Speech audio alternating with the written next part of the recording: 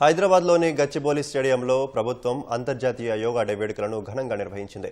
వేడుకల్లో గవర్నర్ జిష్ణుదేవ్ వర్మ, మంత్రులు రాజనరసింహ, వాకిటి శ్రీహరి, ప్రభుత్వ ప్రధాన కార్యదర్శి సహా పలువురు అధికారులు, ప్రజాప్రతినిధులు, విద్యార్థులు పాల్గొన్నారు.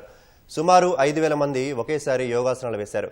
యోగా సాధనను జీవితంలో భాగం చేసుకోవడం వల్ల ఆరోగ్యాన్ని కాపాడుకోవచ్చని మంత్రి దామోదర రాజనరసింహ చెప్పారు.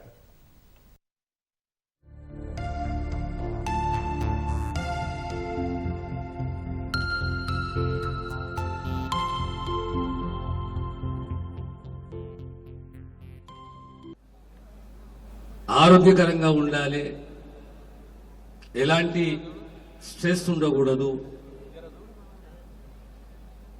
ధార్మిక చింతన పెరగాలి. అంటే అన్నిట్లో గొప్ప సాధన ఏదైనా ఉన్నది అంటే ఈ యోగ సాధననే. పోయినసారి కూడా మనం పెద్ద ఎత్తున జరుపుకున్నాము. ఈసారి ఇంకా పెద్ద ఎత్తున ఈ ప్రాంగణంలో జరుపుకుంటున్నాము. ఇది మన రాష్ట్రంలో కరిక్యులంలో ఒక భాగం అయిపోయింది. ప్రతి ఒక్క పాఠశాల, ప్రతి ఒక్క కళాశాల, ప్రతి ఒక్కరూ ఈ యోగా పాటించాలి. గత సంవత్సరం సుమారు 600 పైచిలకు యోగా ఇన్స్ట్రక్షన్ నియమించి ఒక సంవత్సరంలో 5 లక్షల మందికి యోగాను, దాని యొక్క ప్రాముఖ్యత, దాని యొక్క గొప్పతనము, జనజీవనంలో ఎంత అవసరమో అనేది వాళ్ళ నియామకాలు, ఓ కరికులము. అదే రకంగా రాబోయే కాలంలో ఇంకో కనీసం ఒక 300 మంది ఇన్స్ట్రక్టర్స్ నియమించాలని చెప్పి ప్రభుత్వం ఆలోచన చేస్తున్నది.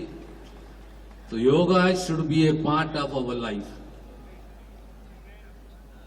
Our food habits,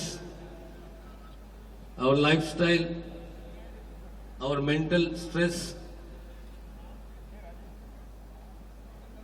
One way out to live a content, peaceful life is daily yoga should be a part of our life. And you need an instructor initially. And the government of Telangana ఆ దిశగా కృషి చేస్తున్నది. ప్రతి తెలంగాణ పౌరుడు, ప్రతి కుటుంబము యోగ విద్యలో విశ్వాసంతో, క్రమశిక్షణతోటి అందులో ప్రావీణ్యత పొందాలని చెప్పి ఈ ప్రభుత్వం యొక్క లక్ష్యము.